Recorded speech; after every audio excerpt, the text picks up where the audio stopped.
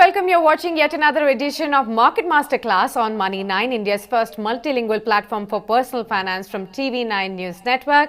I'm Sakshi Batra, and joining us on this show is a very special guest, Mr. Sachin Shah, Fund Manager, MK Investment Managers, joins in. Sachin, good afternoon. Great to have you with us on Money9, and welcome on our show. Hi Sakshi, thank you for having me.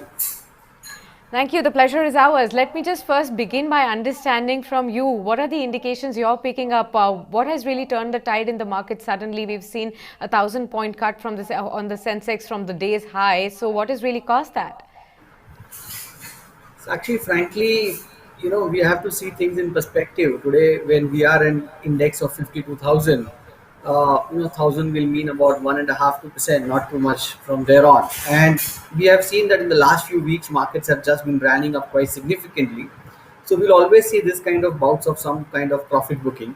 Also, we have to remember that we are in the month of March. We are actually almost mid-March, and this being the financial year end, the last month for the Indian financial year, a lot of investors do tend to book profits, do like to have their books, with high profits in their books, and they have to make certain tax payments. Also, we are also very close to the advanced tax date, which is 15th of March. So a lot of those adjustments keeps on happening, which are technical in nature rather than anything fundamental as such. Except that, of course, there are certain global macro risks, and probably we'll discuss as we move ahead. But I think today is more like a profit booking rather than anything else. Okay, so just another day where the profit booking is being seen, and probably we may see the markets inch up back again as well. But how do you advise investors to really handle such volatile moves in the markets? We saw this even last Friday, some of the couple of days also. Are these only opportunities for everybody to add on dips and add on to quality names? Sure. So, Sakshi, there are two certain things about markets. One is that they always go up and down, both in the short to medium term, and they'll always go up in the long term.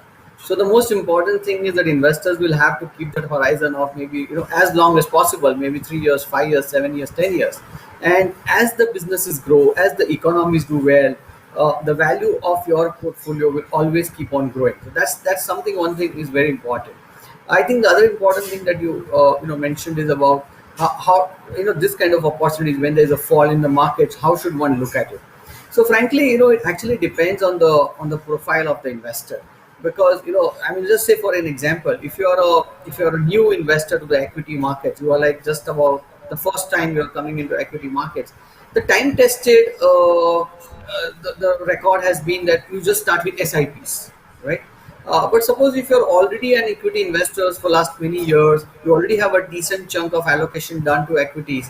But in spite of that, if you are under allocated to equities in your overall the allocation plan, like if your equity allocation is just about 15, 20, 30%, whereas as per your profile maybe it should be 50, 60, 70%, then definitely this kind of falls is the opportunity where one should capitalize on, and probably increase their allocation to equities.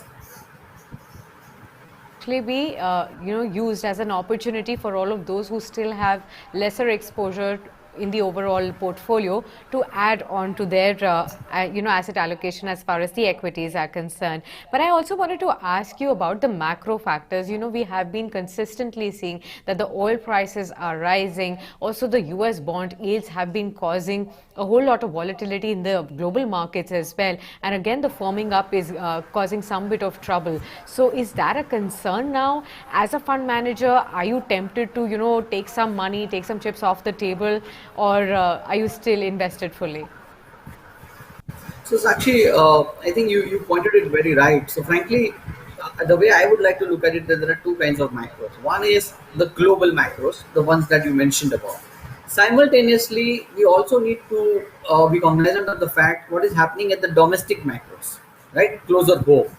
So in terms of the global macro, clearly, if there is any one risk, then it is about the higher bond yields, higher interest rates, because we are so much at the bottom. In fact, so many countries are at negative interest rates, so that there's a good possibility of we seeing interest rates going up, particularly after the kind of the currency printing that we've seen in the last 12 to 15 months. So the inflation is a real threat, and if that actually plays out in a significant way, there is a good possibility that the global bond yields may actually rise further. They already risen up to 1.5% from some 1%, say about few months back. So that risk is for real. There is no running away from that, and that can have some I would say some jitters to the global equity markets across, because whatever the investors who have been investing on an arbitrage where they borrow on very low cost bonds and then invest in equities to earn those extra few bips, they will have to reverse their trades, and that will create some kind of sell off. So that's one part of it.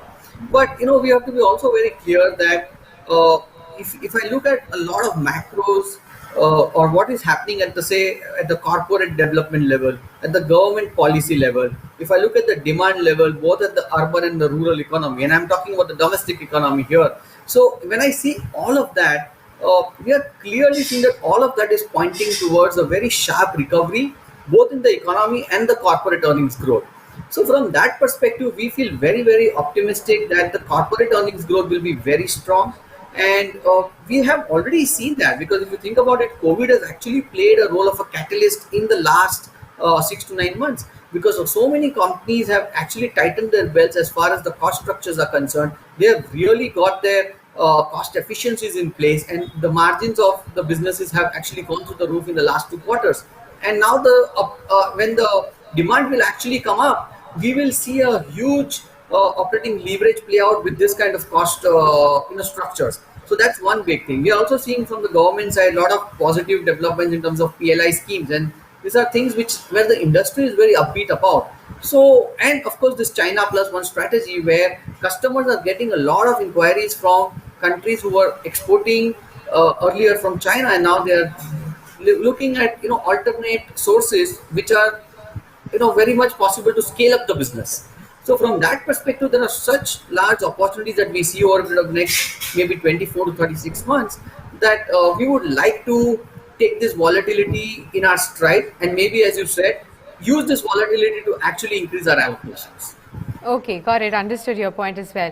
I also wanted to ask you, since we have just got the news, we got the news in the morning today after a break that we had yesterday in our Indian domestic markets, that the US stimulus package has now become a law after Joe Biden also signed on it. So, what kind of an impact do you see for emerging markets once this huge stimulus package has been passed? So actually, if we go by the past precedents, so clearly any large currency printing in the Western markets, a good chunk of that has trickled into the emerging markets, including India, right? Across the world, all the asset classes start doing well. So Indian equities will also get their fair share, and that will help the valuations get beefed up some bit more. It's in the mid cap and the small cap space that we have been seeing, especially with regards to the last 1 month's performance. Both the broader market indices have actually outperformed. So, do you think that this is a space that investors can now look to going forward from here? So it's actually whether investors should invest in mid caps, small caps, or large caps, it will completely depend on the profile of the investor. And I would sincerely urge every investor to understand the profile, deliberate with their wealth managers, and then make an asset allocation plan. But with saying that, I would say clearly the mid caps and the small caps are in for a very, very good times. And we have to look at it from a perspective that yes, last 1 month they've done well. Last 1 year also, actually mid caps and small caps have probably delivered returns in upwards of 100%, versus the large cap just about 75 odd percent. So they have outperformed, right? But if I take full 3 years, it's starting from calendar year 2018, 2019, 20, and maybe this first quarter of 21, even today, actually the small caps and mid caps are underperforming the large caps by 50%. So like maybe the large caps Nifty is up by about say 11, 12% in last 3 years or so, whereas the mid caps and the small caps are up about 6, 7% on a compounded rate. So there's a decent amount of underperformance over a 3 year period. If I take a little longer view, say last 7, 8 years, generally the mid caps and the small caps will have a 300 bips outperformance to the large caps. So from that perspective, the mid caps and the small caps also still have to outperform in the next 2 years to the large caps, just to catch up with the historical trends. And as I said, the ground is looking very set for them now to actually do much better over the next 24 to 36 months. Okay. I also wanted to understand from you, over these last few months, we have been constantly seeing that the mutual fund outflows have happened, and which is a discouraging kind of a data. And that's despite the fact that the markets have actually run up so sharply. So, if you could pinpoint for us, what are the factors that are, disturbing the investors, and what should they be doing now? I mean, like, is it prudent enough to take money off the table when the markets are not performing and suddenly you take money out, or is it the long term perspective that you should definitely stick on to? So, Sakshi, you are right. There has been decent amount of redemptions across the board, and as we are seeing, there are net outflows. So there are gross inflows also. It's not that people are not investing. There are enough amount of people investing, but there are more people who are actually doing redemption. So that's why we are seeing a net outflow number. But we have to understand that finally it's all about human psyche. Because to make money in equity markets, you don't need too much of rocket science. You just need some discipline, you need temperament, and you need discipline, right? So the important thing here is that on an average, the mutual fund investors don't have a life of more than 1.5 2 years, and probably even lower.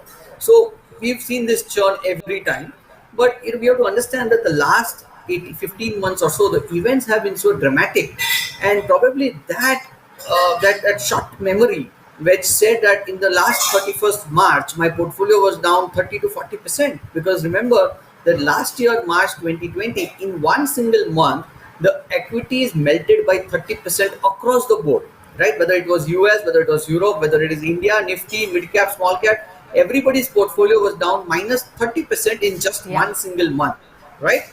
And if you take the full calendar year, 20 also portfolios were down in the range of anywhere between 25 to 35% easily. So from that perspective, probably this year, from that 60 70, if you had 100 in early 19, you were down to 60 70. Today you will be up say about 130 140. So the immediate memory is that I was at 60 70. From there I have doubled the money. Now might as well take some out of the table before I lose it, because Yeah. markets are volatile and all of that. So it's more about human psyche more than anything else to my mind. But then what would you suggest these investors to do?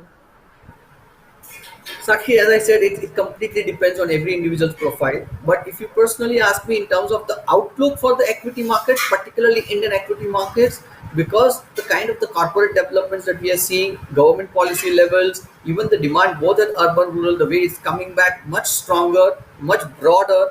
So from that perspective, I think we are in for much better times if I take next 24 months. Okay, we are in for much better times when you take the perspective of next 2 years for sure. Thank you very much. It's been a great pleasure speaking with you, Sachin, for sharing all your market outlook with us and the strategy that investors must follow from here on and not get deterred with all of these bounces that we keep seeing in the markets off and on. With that, we wrap this edition of Market Masterclass. Do stay tuned on to Money 9 for lots more action coming up right after.